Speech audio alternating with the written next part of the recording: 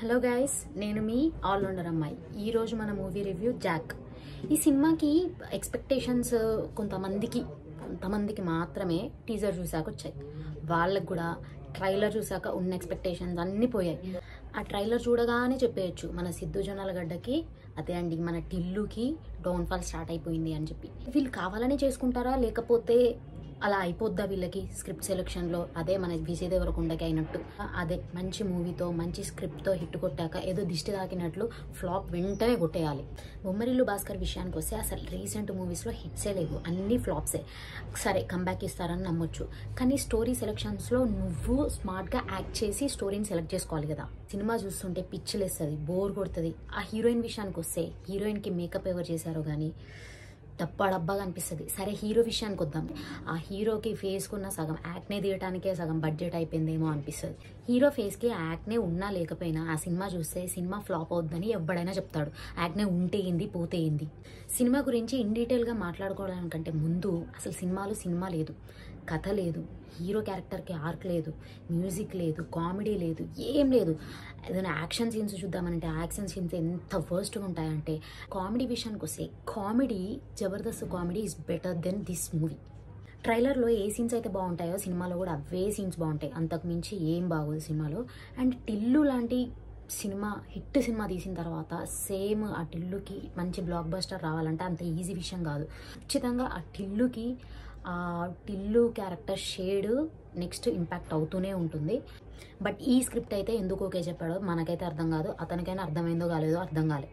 విజయ్ దేవరకొండ అర్జున్ రెడ్డి తర్వాత కంప్లీట్ కాంట్రాస్ట్గా గీతా గోవిందం తీసి హిట్ కొట్టాడు. కానీ ఆ నెక్స్ట్ మూవీస్లో అర్జున్ రెడ్డి షేడ్స్, ఆ టెంప్లెట్ కొంచెం అదంతా ఇంపాక్ట్ పడింది. సో ఆ మూవీస్ అన్నీ డౌన్ అయిపోయాయి.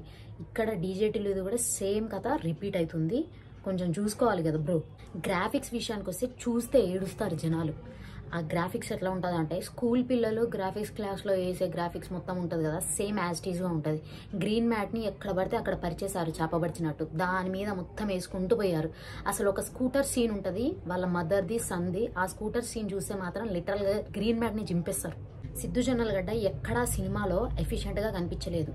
ఫైట్స్లో, డ్యాన్స్లో, యాక్టింగ్లో, ఈవెన్ అక్కడక్కడ పేలే కామెడీలో కూడా ఎఫిషియెంట్గా కనిపించలేదు. ఇంకా సినిమా ఎలా హిట్ అవుద్ది? మన హైదరాబాద్ హీరోయిన్ కదా, కొంచెం హిట్ అవ్వాలని అనుకున్నా ఒకసారి, కానీ ఆ ఒక్కసారి కూడా మూవీని అలా టైంపాస్గా చూస్తే అయిపోతుంది మూవీ అని అనిపించేలాగుంది ఇక్కడ చూస్తే.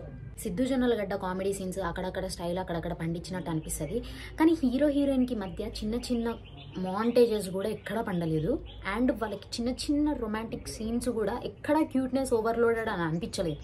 సినిమా మాత్రం వర్స్ట్ అని నేను అనను, యావరేజ్, బిలో యావరేజ్. ఒక్కసారి అలా టైంపాస్గా ఓటీటీకి వచ్చాక వంట చేసుకుంటూ మధ్యలో చూసేలాగా ఉంది మూవీ. అఖిల్ది ఏజెంట్ మూవీ చూసారు కదా, అట్లాంటి మూవీయే ఇది కూడా. ఆ రా ఏంటో, ఆ ఇన్వెస్టిగేషన్ ఏంటో, ఆ సోదేంటో చూస్తుంటే మనకే చిరాకేసిద్ది. సినిమాలో ఫైట్ సీన్స్ ఉంటాయి, తిప్పిందే తిప్పి చూపించినట్టు అంత చండాలంగా ఉంటాయి. చెప్పడం నాకు కూడా ఇష్టం లేదు, ఎందుకంటే చూసినా కదా ఆ బాధ అంతా కక్కాలి కదా, అంతే, ఇంకా అంతకంటే ఏం లేదు.